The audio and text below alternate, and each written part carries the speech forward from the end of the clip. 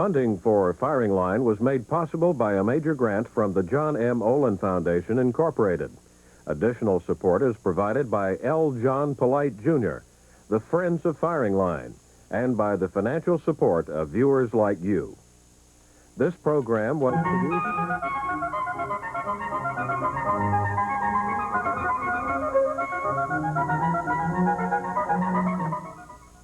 Welcome to Firing Line. I'm Michael Kinsley of the New Republic magazine.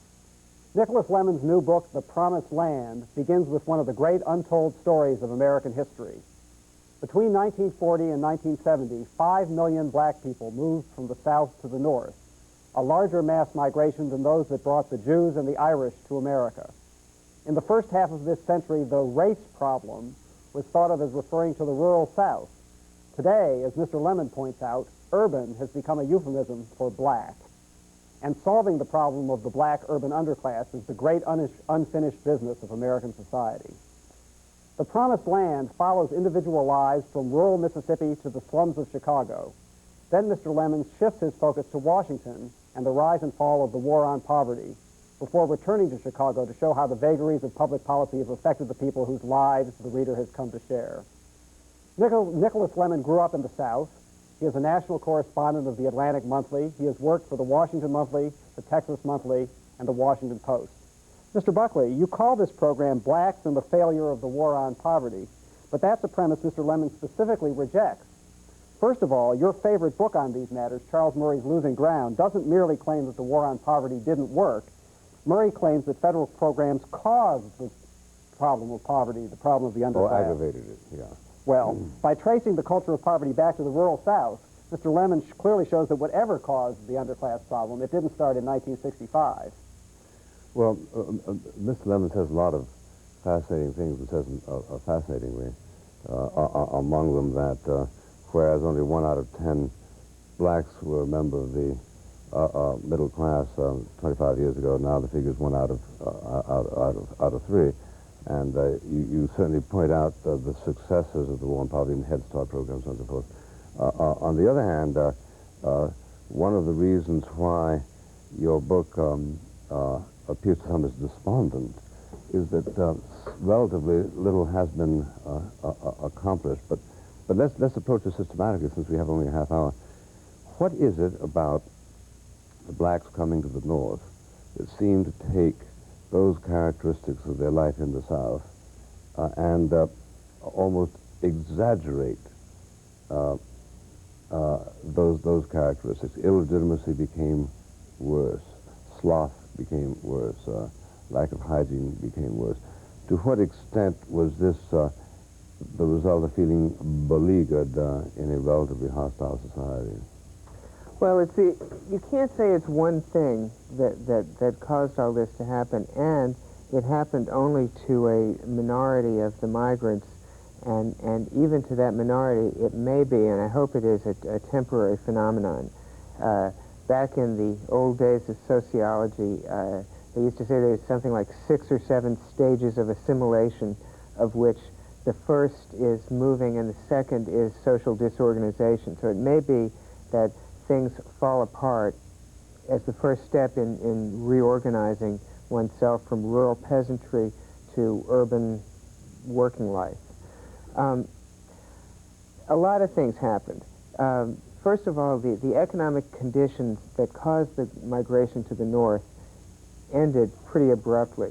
That is, people in my book moved to Chicago in the 1940s and told me stories of you could go there and get a job in like an hour. And make 10 times as much as you're making, yeah. Yeah, 5 times as much. And these would be jobs like the stockyards. We're not talking about glamorous jobs here.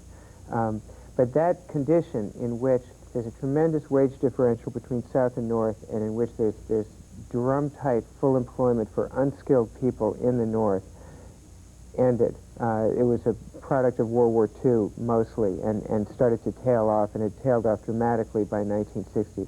In other words, the migrant music, blues, there start to be songs about ghetto unemployment around 1954. And in general,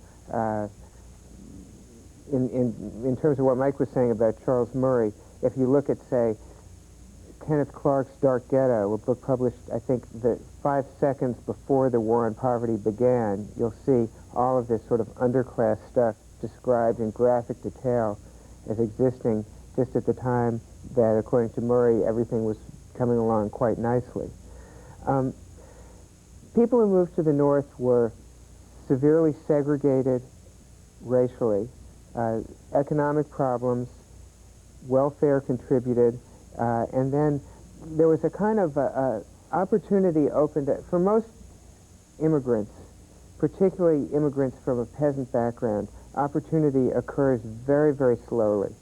I think for black migrants from the South, opportunity came very rapidly in the late 60s for some people, namely those who had at least a high school, preferably a college degree. So there was some cohesion lost in the community because everybody who was college educated and sort of the leadership suddenly got much better jobs and physically left the traditional black belt. Now, you're talking about pre-affirmative action, aren't you? During. I.e., during. During. It's not so much affirmative action as... Post-64. Right, post-64. It's partly affirmative action, and it's partly just the expansion of government as an employer. That's the great sort of success story, I don't know if it would be by your lights, of the War on Poverty, is 1 million new government jobs for blacks, which hugely expanded the black middle class, which today is still pretty much a class of government employees, much more so than white middle class. Since you said this, let me jump way ahead and say that when time comes for you to specify directions in which we ought to move, and you actually shrug off the melancholy in a rather galvanizing way, you talk about the need to take the black population and see that they go through high school. And indeed, the economic correlation is absolutely secure. There are practically no blacks who have graduated from high school who are in serious economic trouble. And if they don't marry till they're 25, it comes down to 4 or 5% who are poor. And then you're going to say, and then they should get jobs, even if the government has to provide them, which is sort of Humphrey Hawkinish. But you don't develop that particular line. Are you simply detaching the black population as a minority of the whole population and saying we should break all the rules and give them jobs because we have a special problem to overcome? Because obviously if we could simply eliminate unemployment by employing everybody, the Soviet Union does that, and we know the results of that policy towards full employment. But I didn't think you made that quite as clear as I would have liked you to do.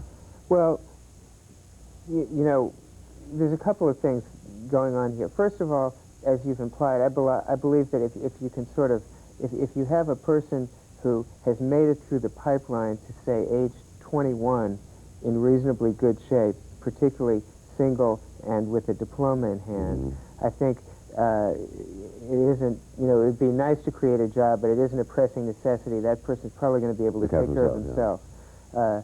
Now, in terms of, are blacks owed a special debt? I think my true thought on that is yes. I didn't use the word debt, but I don't mind you using it. A special case. Yeah.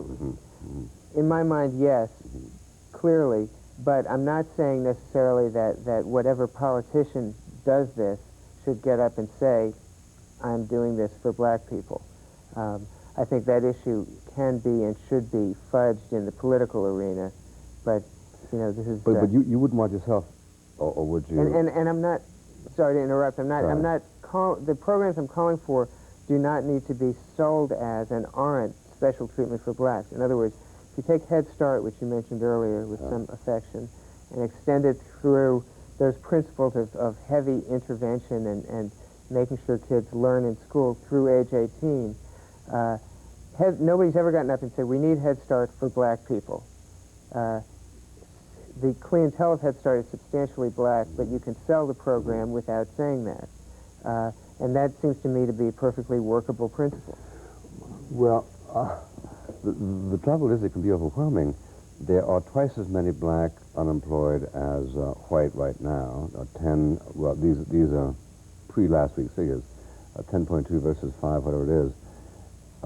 And of course, many, many more white who are unemployed than black, simply because they are numbered 10 to 1.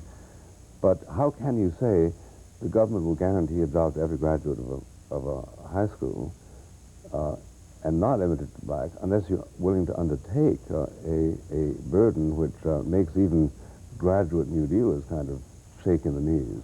Well, guaranteed employment. I should say, first of all, as you know, I sell this rather softly in the book. It's sort of separated from the rest of the program and say, by the way, this would be ideal, but it's much more expensive than the other stuff, leaving an opening to say, okay, well, let's just do the other stuff. I mean, essentially, the way you do it is you create a job for people that is at a pay level where it's not competing with the private economy, and so therefore, presumably, most people would opt to join the private economy or the military or something else. It wouldn't be a career track for everybody. Since you used $25 billion as your estimate of the outside figure that it would cost, it comes in rather modestly. But the reader's uncertain whether that $25 billion is simply the money that flows into blacks or whether it has to subsidize programs black and white, because one doesn't want to distinguish between them in writing legislation. I should say it's very hard to come by numbers here, and I'm sort of pulling numbers out of the air, partly because the liberal community is so dispirited at this point. When I was working on this, I called all these liberal organizations and thought, well, you know, you've done a budget. What's your new war on poverty wish list? And they all said, oh, no, we wouldn't dare do that. You know, we've got a budget for 5% increase in Head Start.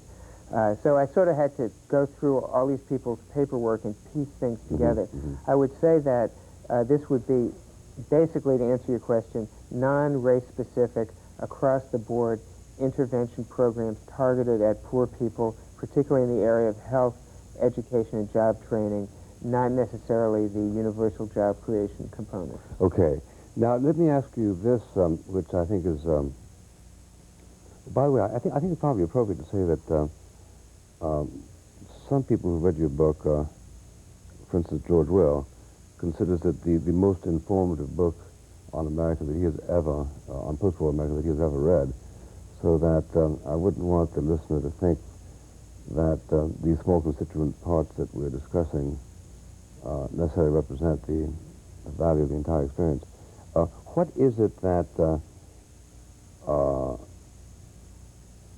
it can be made sound condescending that the doctrine of empowerment of the blacks is exactly what you ought not to do, that giving them the kind of community leadership responsibilities that John Lindsay insisted on in 1967, 8, 9 was exactly the wrong thing to do.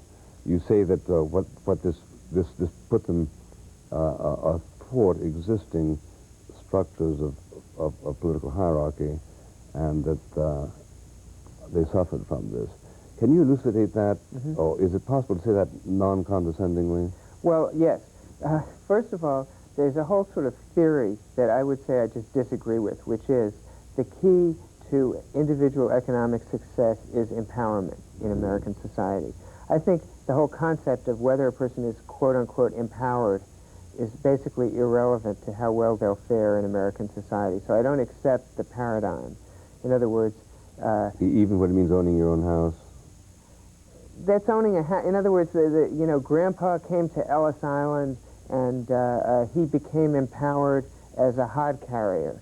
And then, you know, Dad became empowered as an IBM junior executive. It just doesn't, it sounds like a wacky concept to me. And the real question is, do people get the skills they need and the motivation to get a job and sort of join the mainstream of American society? In other words, in my vision of this, what poor people want is to sort of get out of poverty, get a good job, and move to the suburbs, essentially. That's what everybody in America wants. The empowerment model assumes, first of all, that political power creates economic progress, which I don't think is necessarily true. There's all sorts of examples of people who have no political power but make tremendous economic progress.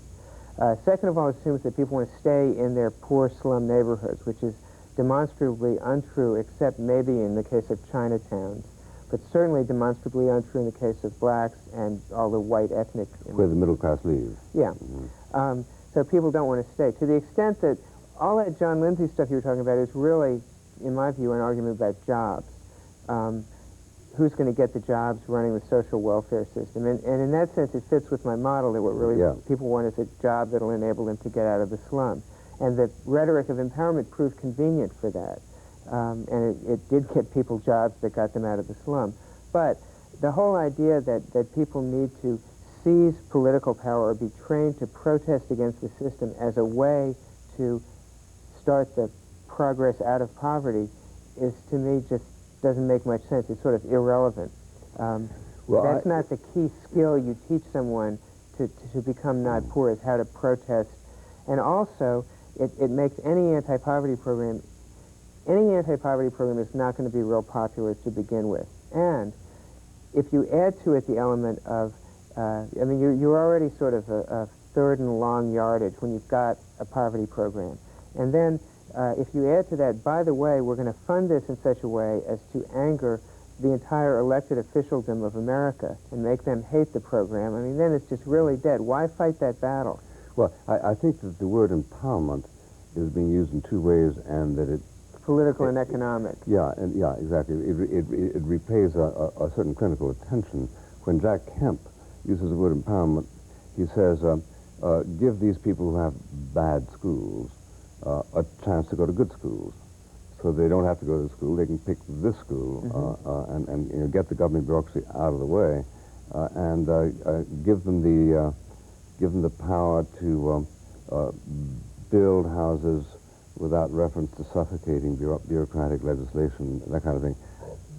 That's good, isn't it? Well, what's not good is the notion that by voting for this guy instead of this other guy, you can simply redistribute income. Even the economic empowerment argument that Kemp makes, I'm a little bit suspicious of. Either it's kind of such a universal term. As he uses it, empowerment refers to just about everything, including sort of brushing your teeth in the morning, and certainly going to school and stuff like that. Yeah, he really uses it as a sort of a transfusion of ethos. Right. I became empowered to do this, and I became empowered to do that. And it also assumes a model of that the only way to get ahead is the sort of the Korean way, which is everybody to become a small entrepreneur. It seems to me it's a useful lesson to say, let's not sort of fight against the tide. Let's look at what has worked. There's a tremendous success story here. Let's look at it and see what lessons we can learn. And the lesson we learn is that the black success story on the whole is not one of, you know, opening the bodega and making it that way.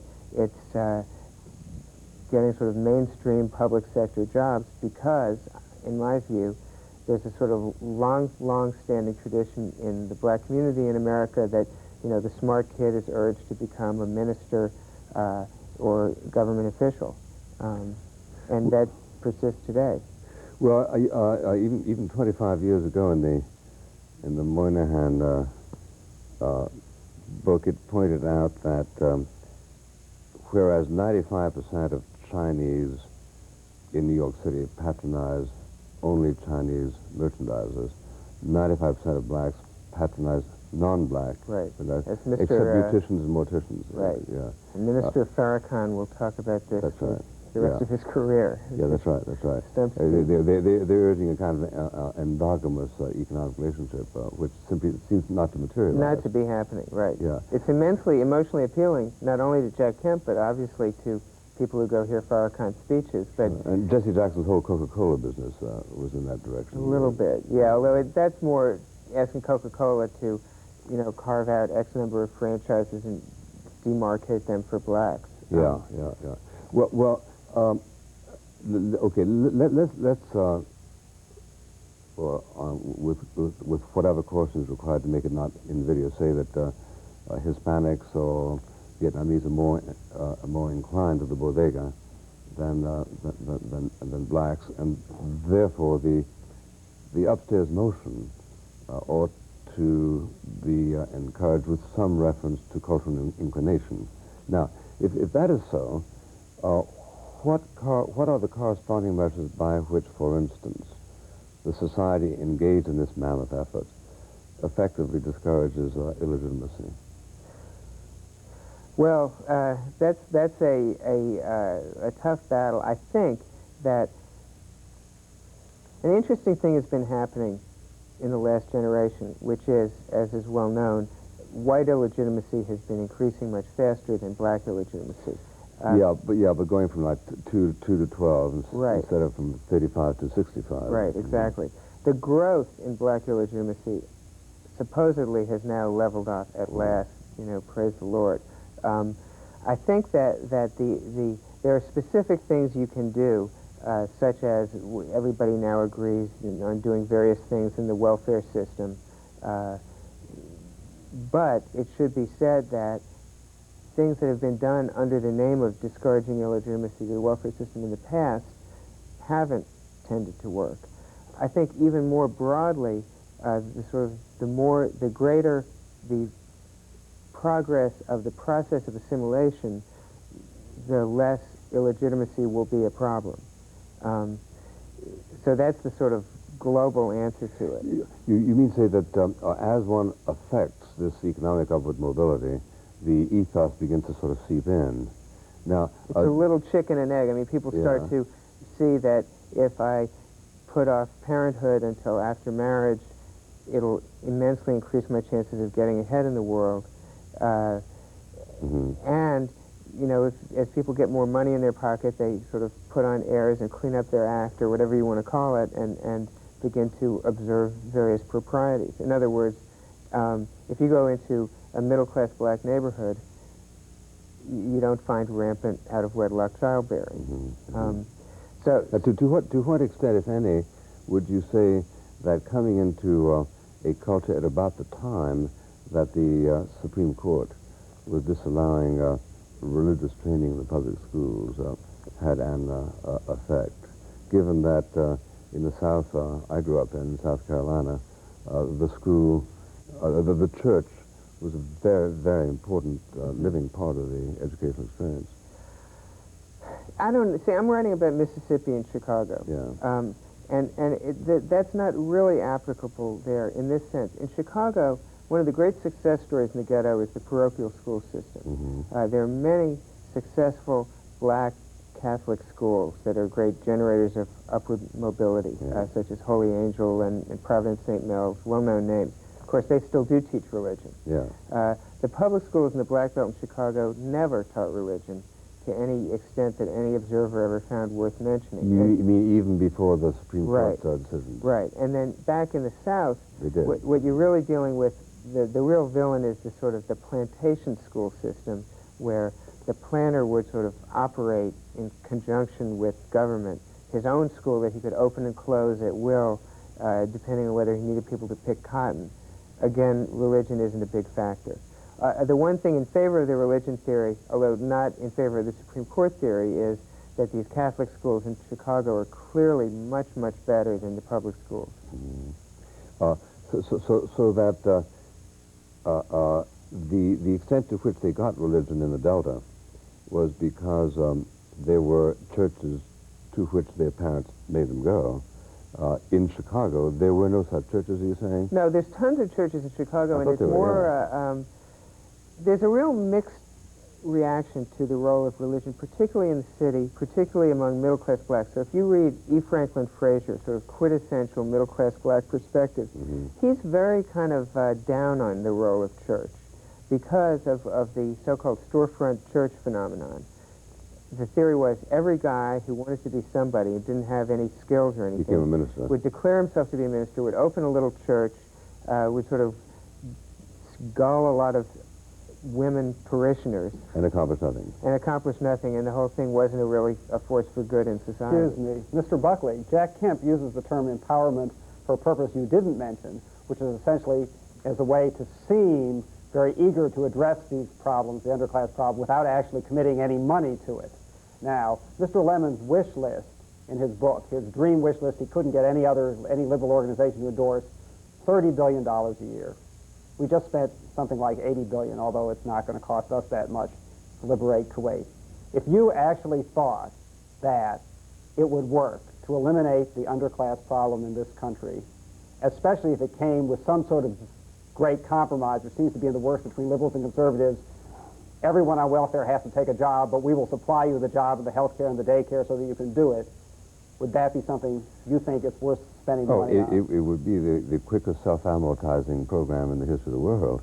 I mean, we'd get back that $30 billion in three, 4 years. We've spent $280 billion on welfare since you people imposed it on us. Now, I find the book extremely touching, extremely persuasive. There are those presumptions and those empirical data against which you need to contend, and maybe I'll invite you back with Charles Murray, and we'll start from scratch, go through it all. Mm-hmm. He's off on a whole different tangent now, but yeah, that's right, and of course it's not ruled out that he, using an entirely different approach, might also have now regrets his whole original thesis. That's right. But on Kemp, I should say, Mike, that one thing about Kemp is he isn't unwilling to spend government money. I mean, the secret to Kemp intellectually is that he's willing to be completely irresponsible about the deficit, and therefore he is quite of a free spender in terms of what he proposes on poverty programs, and quite an ardent tax cutter, too. And he doesn't really worry about the contradiction. Well, he thinks that our experience with the supply side has, in fact, over the long haul, vindicated him. I don't see him asking us to spend more than he thinks we probably would get back by reduced tax. Yeah, but he wants to spend more consistently than Darman wants to spend, for instance. Thank you very much, Mr. Lemann, author of The Promised Land, Mr. Kinsley, ladies and gentlemen, from the Harvard Republican Club.